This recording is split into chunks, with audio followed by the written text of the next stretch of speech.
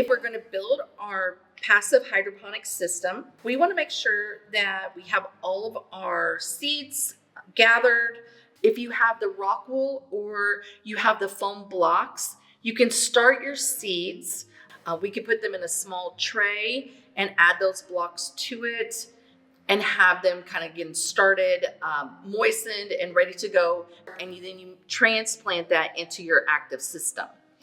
That's one approach. The other approach is to create your system and then insert your foam block with your seeds directly into your system. The tote needs to be at least a 3-gallon tote.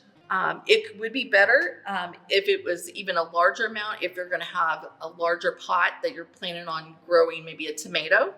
But at least a 3-gallon tote with a lid is recommended. As we get started with our system, what we want to think about is what size net pots are we going to use. We want to go ahead and use our marker to mark where we're going to place them evenly on top of our plastic lid for our tote. We want to space them on what we want to grow.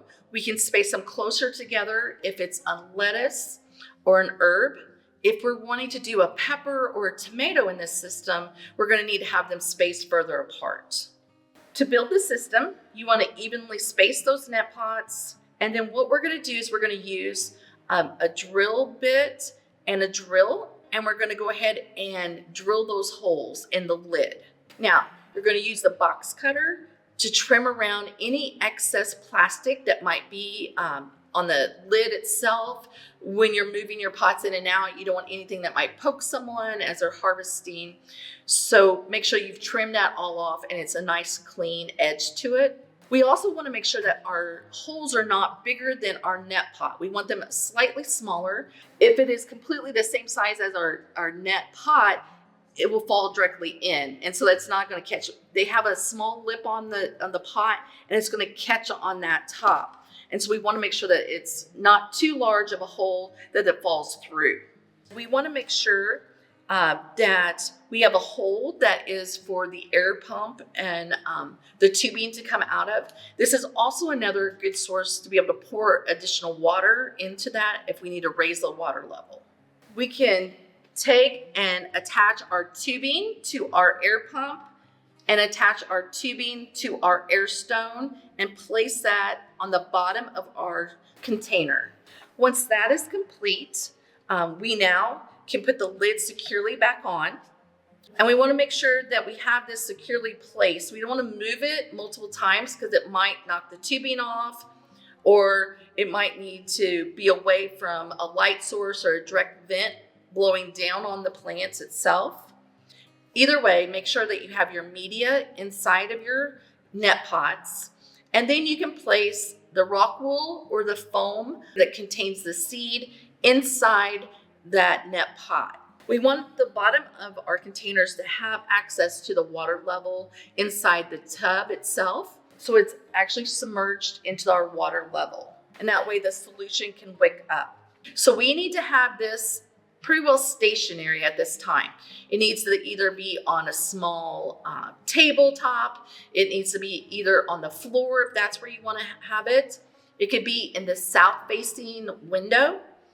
Or if you plan on having supplemental light, kind of like our tower that we showed earlier, it may be a PVC structure over the top of it containing a grow light, that supplemental lighting. You're still going to need to have this close to an outlet for a power source. Once you have it securely placed, plug it into that power source. You may want to have a surge protector there so that you can put your air pump and your light source into that. And then your system is ready to just grow. All those seeds, we're going to have to give it a little bit of time, checking that pH level weekly, looking at the nutrient level. If we have our plants are starting to go to a 1/2 inch or 1 inch tall, it might be that we need to go ahead and add additional nutrients to the solution.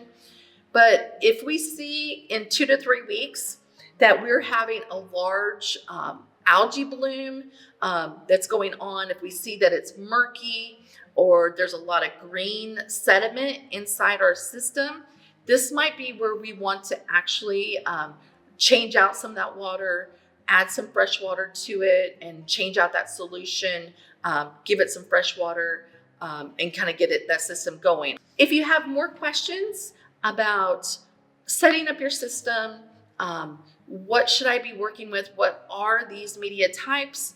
We're going to have information on our University of Illinois Extension website. We also have additional YouTube videos that explain different systems. Please check out the YouTube channel and enjoy your hydroponic system.